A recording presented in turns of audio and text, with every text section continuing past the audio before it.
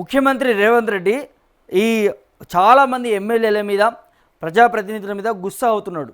కొన్ని విషయాలపైన సంబంధించి కూడా పదవుల కోసం పైరోవాలు చేస్తున్నారట.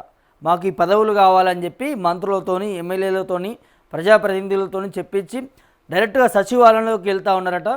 సో దాని మీద ముఖ్యమంత్రి రేవంత్ రెడ్డి ఫైర్ అవుతూ ఉన్నాడు. ఒకసారి మనం చదివినిపించే ప్రయత్నం చేద్దాం. మంత్రుల పేషెంట్లో మకాం వేసింది ఎవరు అనే దాని మీద కూడా నేను అధికారులతో డీజీపీతో కావచ్చు, అదేవిధంగా సజ్జనార్తో కావచ్చు, వారందరితో కూడా ముఖ్యమంత్రి భేటీ అయ్యిండు.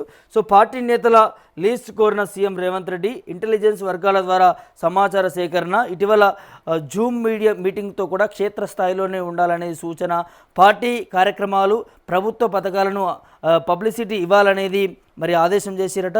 సో పదవులు పైరవలు అంటూ తిరిగితే చర్యలు తప్పమనేది హింట్ ఇచ్చిండట.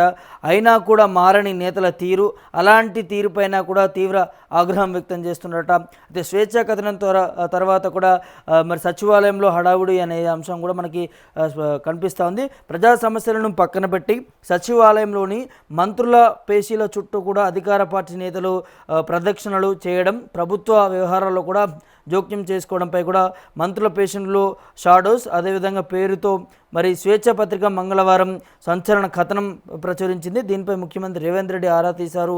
నియోజకవర్గాల్లో ప్రజలతో ఉండాల్సింది పోయి సో బదిలీలు పదవులు పైరవుల విధంగా సచివాలయంలో మకాం వేస్తే ఎట్లా అంటూ కూడా ముఖ్యమంత్రి రేవంత్ రెడ్డి ఫైర్ అవుతున్నాడట.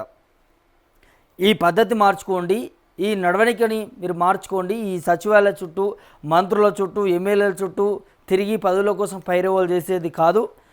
ఇవాళ ప్రభుత్వం చేస్తున్నటువంటి సంక్షేమ పథకాల విషయంలో ప్రతి ఒక్క కార్యకర్తకి ప్రజల్లోకి తీసుకెళ్ళి పబ్లిసిటీ చేసుకోవాల్సిన అవసరం ఉంటుంది. సో అట్లాంటిది పోయి గ్రామాలలో నియోజకవర్గాలను పక్కన పెట్టేసి ఎప్పుడు ఈ గాంధీ భవన్ చుట్టూ లేకపోతే అటుపోతే సచివాలయం చుట్టూ ముఖ్యమంత్రి రేవంత్ రెడ్డి ఇంటి చుట్టూ ప్రదక్షిణలు చేయడం కాదు. ఇక్కడ హైదరాబాద్కి రావడం కాదు. మీరున్నటువంటి నియోజకవర్గంలో మీరున్నటువంటి ప్రాంతంలో కాంగ్రెస్ పార్టీకి సంబంధించిన సంక్షేమ పథకాలని పబ్లిసిటీ చేయండి అనేది ముఖ్యమంత్రి రేవంత్ రెడ్డి చెప్తున్నటువంటి పరిస్థితి కనిపిస్తూ ఉంది. మంత్రుల పేషెంట్లలో ఎవరికి ఏం పని ఉంటుంది, ఎందుకు ఇన్వాల్వ్ అవుతూ ఉన్నారు అనే దాని మీద కూడా కొంత వివరణ తెచ్చుకుంటున్నారు. ఎవరు ఉన్నారు ఏంటి అనే దాని మీద కూడా లీస్ట్ కూడా ముఖ్యమంత్రి రేవంత్ రెడ్డి మరి తయారు చేసుకుంటున్నట్టుగా తెలుస్తూ ఉంటుంది. ఎవరు ఏంటి, ఎందుకు పాల్పడుతూ ఉన్నారు, ఎందుకోసం అనే దాని మీద కూడా. సో దాంతోపాటు ఇక అంటే ఈ కాంగ్రెస్ ప్రభుత్వ పాలనకు సంబంధించి కూడా ప్రజల్లోకి తీసుకువెళ్ళడంలో వైఫల్యం అవుతూ ఉన్నారు. ఇక్కడ నియోజకవర్గంలో కూడా ఒక వర్గానికి ఇంకో వర్గం మధ్య కూడా చాలా విభేదాలు జరుగుతున్నటువంటి పరిస్థితులు మనకు కనిపిస్తూ ఉన్నాయి. సో పని చేయండి రా బాబు, నియోజకవర్గంలో మీ పనులు మీరు చక్కగా చేసుకోండి అని చెప్పినా కూడా ఎవరు వినట్లేరట. కాంగ్రెస్ పార్టీ ప్రజాప్రతినిధులు కావచ్చు, మిగతా మంది ఎమ్మెల్యేలు కావచ్చు, కొంతమంది. సో కేవలం పదవుల కోసం కాదు, అట్లా వస్తే వారి మీద కూడా స్ట్రిక్ట్ యాక్షన్ తీసుకుంటారట. పార్టీ నుంచి కూడా మరి తొలగించేటటువంటి ప్రక్రియ కూడా ఉండే అవకాశం ఉంటుంది అంటున్నారు. సో ఇక్కడి నుంచి అయినా నడవడికను మార్చుకోండి అనే దాన్ని కూడా ముఖ్యమంత్రి డైరెక్ట్గా హింట్ ఇస్తున్నాడు. ఎవరైతే ఈ మంత్రుల పేషెంట్లోకి వచ్చేవారు కావచ్చు, సచివాలయంలోకి పైరవోలు చేసుకోవడానికి వచ్చినటువంటి మరి కాంగ్రెస్ నేతలకు అధికారులు కావచ్చు, వారందరికీ కూడా ఒక హింట్ ఇస్తూ ఉన్నాడు. కఠిన చర్యలు తప్పవు అనేదాన్ని కూడా స్పష్టంగా చెప్తున్నటువంటి పరిస్థితులు కనిపిస్తూ ఉన్నాయి. మీకు ఒకవేళ పదవులు కావాలన్నా ఈ పైరవ వల్ల కాదు, మీరు నియోజకవర్గంలోకి వెళ్ళి మీ పనితనం ఏందో నిరూపించుకోండి. ఆ తర్వాత పార్టీయే ప్రభుత్వమే గుర్తిస్తుంది ఎవరికి ఏ పదవులు ఇవ్వాలి, ఎవరికి ఏ పని బాధ్యత అప్పచెప్పాలి అనేదాన్ని కూడా కాంగ్రెస్ సీనియర్ నేతలు, పార్టీ, ప్రభుత్వం అందరికీ తెలుసు ఎప్పుడు ఎట్లా వ్యవహరించాలనే దాన్ని కూడా ఒక క్యాడర్కి, ప్రభుత్వానికి, కాంగ్రెస్ పార్టీకి కూడా ఒక విధి విధానం ఉన్నది. మీరు కావాల్సుకొని వచ్చి మీ ఉన్నటువంటి సమయాన్ని వృధా చేసుకోవద్దు అనేదాన్ని కూడా మరి ముఖ్యమంత్రి రేవంత్ రెడ్డి ఒక స్పష్టత ఇచ్చేటటువంటి పరిస్థితి స్పష్టంగా కనిపిస్తూ ఉన్నది.